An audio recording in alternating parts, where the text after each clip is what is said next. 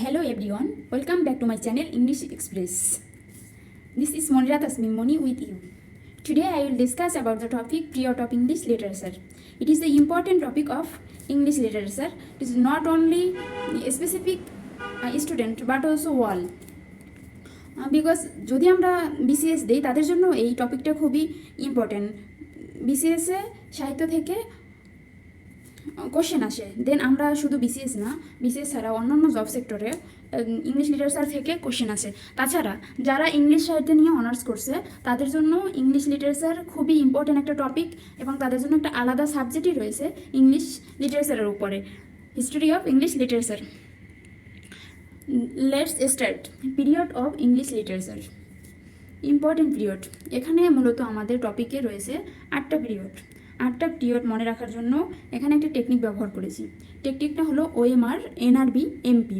ওএমআরের সাথে আমরা সবাই পরিচিত, কেননা ছোটোবেলা থেকে ওএমআরে পরীক্ষা দিয়ে আমরা বড় হয়েছি। এখন যেহেতু সৃজনশীলের সব কিছুতেই সৃজনশীল চলে আসছে, তাছাড়া জব সেক্টরে যে এক্সামগুলো হচ্ছে, প্রথমত আমরা ওএমআরে এমসিকিউ পরীক্ষাগুলো দিই, দেন আমাদের রিটার্ন ভাইভা এভাবে করে হয়। তাহলে ওএমআরের সাথে আমরা সবাই পরিচিত। এনআরবি, এমপি, সংসদে অনেক এমপি রয়েছে যেটা আমরা আমাদের সাথে পরিচিত। তো এমপি আর ওএমআর এই দুটো তো এমনিতেই মনে রাখা যায়। দেন মাঝখানে থাকলো এনআরবি, এটা একটু ছন্দের সাথে মিলিয়ে পড়লেই হয়ে যাবে। OMR, NRB, MP.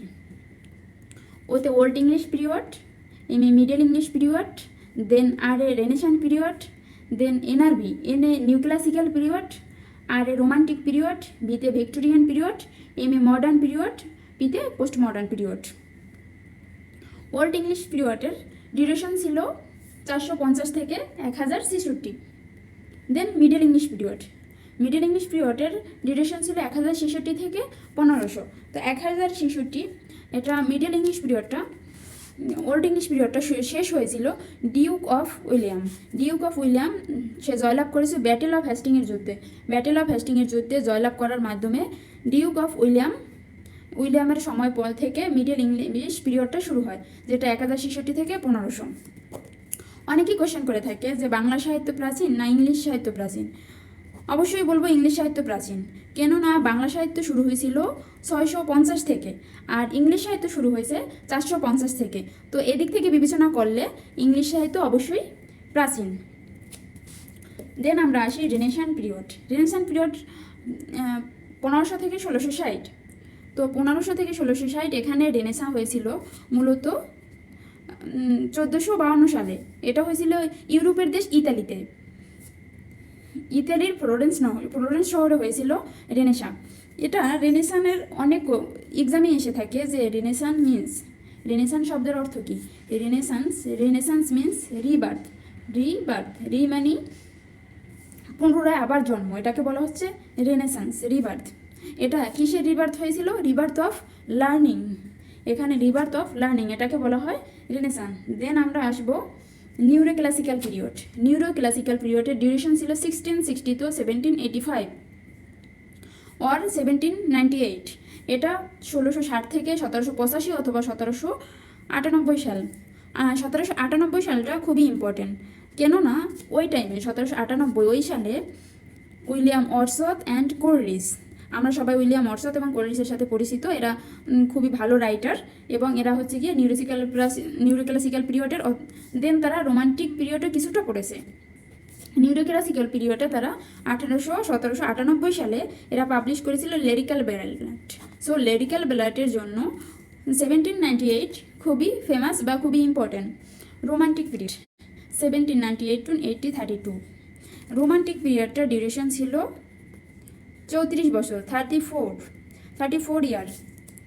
দেন আমরা আসি ভিক্টোরিয়ান পিরিয়ড। ভিক্টোরিয়ান পিরিয়ড, এখানে রানী ভিক্টোরিয়া, এখানে এই নামটা দেওয়া হয়েছে রানী ভিক্টোরিয়ার নাম অনুসারে। এই পিরিয়ডের নামকরণ করা হয় রানী ভিক্টোরিয়ার নাম অনুসারে। 1857 সালে সিপাহী বিপ্লব হয়। সিপাহী বিপ্লবের পরে এর নেতৃত্ব দিয়েছিল দ্বিতীয় বাহাদুর শাহ। তো আমাদের ওটা জানার দরকার নেই, আমরা মনে রাখবো যে 1858 সালে রানী ভিক্টোরিয়া ক্ষমতা দখল করে, আর সেই রানী ভিক্টোরিয়ার নাম অনুসারে এজটার নামকরণ করা হয় ভিক্টোরিয়ান এজ। এটা ডিউরেশন ছিল 1832 to 1901। দেন আমরা আলোচনা করব মডার্ন পিরিয়ডের অনেক লেখালেখি হয়েছে। মডার্ন পিরিয়ডটা খুবই ইম্পর্ট্যান্ট হিস্ট্রি অফ ইংলিশ লিটারেচারে। এখানে যে কত লেখা হয়েছে বা কত সহস্র সাহিত্য রয়েছে তা আমরা হিসাব করতে পারবো না। এটি ছিল 1901 টু 1939। দেন 1939 থেকে প্রেজেন্ট বর্তমান পর্যন্ত যত লেখালেখি হয়েছে, যত সাহিত্য আসছে, পোয়েম, নোবেল, যাই আসছে, এগুলো বর্তমানে 1939-এর পর থেকে যে সাহিত্যগুলো রচনা হয়েছে এগুলোকে বলা হয় পোস্ট মডার্ন পিরিয়ডের। দেন আমরা এখন সেঞ্চুরি নিয়ে আলোচনা করব। এখানে ওল্ড ইংলিশ পিরিয়ডটা পরে 15 টু 11th সেঞ্চুরির ভিতরে। মিডল ইংলিশ পিরিয়ডটা পরে 11 টু 15 সেঞ্চুরি, এর ভিতরে মিডল ইংলিশ পিরিয়ডটা। এলিজাবেথেন পিরিয়ডটা আমাদের জন্য খুবই ইম্পর্ট্যান্ট। এটা এলিজাবেথেন এস্টার রানী এলিজাবেথের নাম অনুসারে নামকরণ করা হয়। এটা 16 এবং আর্লি 17 সেঞ্চুরি, এই দুইটা মিলিয়ে হয় Elizabeth period. Then restoration period 17 to 18 century. Then romantic period early 19th century. Then আছে আমাদের ভিক্টোরিয়ান পিরিয়ড, এটা হচ্ছে গিয়ে 19th সেঞ্চুরিতে। দেন মডার্ন পোস্ট মডার্ন, এই দুইটা হচ্ছে গিয়ে 20th সেঞ্চুরি। আমরা উপরে যে 8টা পিরিয়ড পড়লাম, 8টা পিরিয়ডের প্রত্যেকটার সাবডিভিশন নেই, কিন্তু কিছু কিছু পিরিয়ডের সাবডিভিশন রয়েছে, যেগুলো আমরা এখন সাবডিভিশনগুলো আলোচনা করবে আর বিস্তারিতভাবে আলোচনা করব আমার সেকেন্ড লেকচারে। দেন আমরা ওল্ড ইংলিশ পিরিয়ডের কোনো ডিভিশন নেই, সাবডিভিশন নেই, কিন্তু মিডল ইংলিশ পিরিয়ডকে আমরা 3টি ভাগে ভাগ করতে পারি। Middle English period divided into 3 period: Anglo Norman period, age of Chaucer, barren age or dark age. Anglo Norman period 1066 থেকে 1340।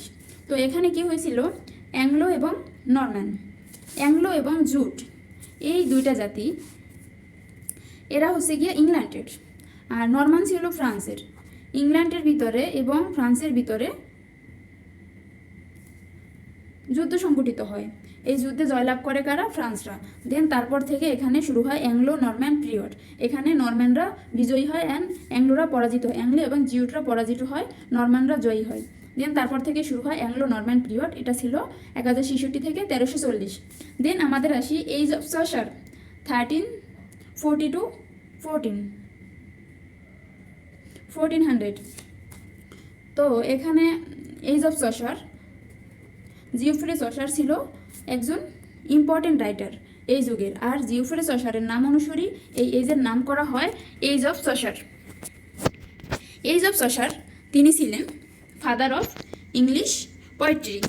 দেন তাছাড়াও তিনি ছিলেন ফেমাস রাইটার এবং first national poet of England. Then আমরা আসি ব্যারেন এজ আর ডার্ক এজ। ব্যারেন এজ আর dark age মানে অন্ধকার যুগ, যেই যুগে তেমন বেশি ইংরেজি সাহিত্যের চর্চা হয়নি, বা ইংরেজি সাহিত্যকে এমন একটা পর্যায়ে নিয়ে যাওয়া হয়েছিল যেখানে এটা ছিল নিম্নমানের, মানে lower class people and middle class পিপলদের ল্যাঙ্গুয়েজ ছিল ইংলিশ। তো এই যেহেতু তেমন সাহিত্য খুঁজে পাওয়া যায় না, সো এই এজকে বলা হয় barren age or dark age. এটা ছিল কখন? 1400 থেকে 1500, এই এজটা ছিল ব্যারেন এজ। দেন আমরা আসি রেনেসান পিরিয়ডকে ভাগ করা হয় 4টি ভাগে। রেনেসান পিরিয়ড ডিভাইডেড ইন্টু 4 ইরা। রেনেসান পিরিয়ডের প্রিপারেশন অফ রেনেসান পিরিয়ডের প্রিপারেশন চলতেছিল 58 বছর, 1500 টু 1558। দেন এখন 4টা ডিভিশন আমরা দেখে নিই। Elizabethan period 1558 two 1603। দেন জ্যাকোবিয়ান, এই এলিজাবেথেন পিরিয়ডটা এটার নামকরণ করা হয় রানী এলিজাবেথের নাম অনুসারে। জ্যাকোবিয়ান পিরিয়ড 1603 টু 1625, এটার নাম করা হয় জেমস ওয়ান, রাজা জেমস ওয়ানের নামকরণে শুরু হয় Jacobean period. Then Caroline age 1625 to 1649। Then commonwealth period 1649 to 1660। New classical period. Then আমরা আসি new classical period divided into 3 era. New classical পিরিয়ডকে আবার 3টি ভাগে ভাগ করা হয়। তা হলো কি? Restoration period, age of Pope আর Augustan age of sensibility. Restoration পিরিয়ডটা হয়েছিল 1660 টু 1700। এখানে এটা এসেছিল 37তম বিসিএস আমি সামনে দেখে দিয়ে দিয়েছি যে এটা 37তম বিসিএস আসছিল। সো এই এজটা আমাদের জন্য খুবই ইম্পর্টেন্ট। রেস্টোরেশন পিরিয়ডের ভিতরে কি হয়েছিল, যে আমরা জ্যাকোবিয়ান পিরিয়ডে আমরা পড়েছি যে জেমস 1, আর রেস্টোরেশন পিরিয়ড হচ্ছে জেমস 2। রাজার পুত্র জেমস 2 যখন জেমস 1কে হত্যা করা হয় কিছু পলিটিক্যাল কারণে, তাকে হত্যা করা হয়, দেন তাকে হত্যার পরে সেখানে গণতন্ত্র প্রতিষ্ঠিত হয়। গণতন্ত্র প্রতিষ্ঠিত হওয়ার পর জনগণ সেখানে সুখে শান্তিতে বসবাস করতে পারেনি। তাই জনগণ জেমস 2কে জেমস 1কে হত্যা করার পরে, জেমস 2 ছিল জেমস 1-এর পুত্র, জেমস 1কে হত্যা করার পরে তাকে নির্বাসনে পাঠানো হয়েছিল ফ্রান্সে। সেখানের জনগণ আবার তাকে ফিরিয়ে নিয়ে আসে এবং আবার পুনরায় মোনার্কি সিস্টেম চালু হয়। তখন এটাকে রেস্টোরেশন পিরিয়ড বলা হয়। প্রথমে এখানে মোনার্কি ছিল, দেন জেমস 1কে সরিয়ে সেখানে গণতন্ত্র প্রতিষ্ঠা করা হয়। গণতন্ত্র প্রতিষ্ঠা করার পরে দেন আবার এখানে মোনার্কি চালু হয়। তাই এই এজটাকে বলা হয় restoration period. 16 to 16 then 1700 age of Pope and Augustine age. 1700 থেকে 1745 এটা হচ্ছে এজ অফ পপ আর অগাস্টাইন এজ। এই এজে একজন রাজা ছিলেন খুবই বিখ্যাত, যেমন রাজা অগাস্টান, তার নাম অনুসারে এটাকে নামকরণ করা হয়েছে অগাস্টাইন এজ। তাছাড়া এই এজে একজন রাইটার ছিলেন আলেকজান্ডার পপের নাম অনুসারেও এই এজটার নামকরণ করা হয়। এজ অফ সেন্সিবিলিটি 1745 থেকে 1885। দেন আমরা আলোচনা করব Victorian period divided into 2 era. Victorian পিরিয়ডকে দুই ভাগে ভাগ করা হয়। দ্য প্রি-রেফিলিটিস 1848 থেকে 1860। দেন অ্যাসথেসিজম অ্যান্ড ডেকেডেন্স 1880 থেকে 1901। দেন আমরা চলে আসি মডার্ন পিরিয়ড। আমরা যে মডার্ন পিরিয়ডটা পড়েছি ওই মডার্ন পিরিয়ডকে ভাগ করা হয় দুই ভাগে। আর মডার্ন পিরিয়ডের সময়কাল ছিল 38 বছর, 38 years. Modern period, the Edwardian period 1901 to 1910। Then Georgian period 1910 to 1936। এখানে শুরু হয় জর্জিয়ান পিরিয়ড।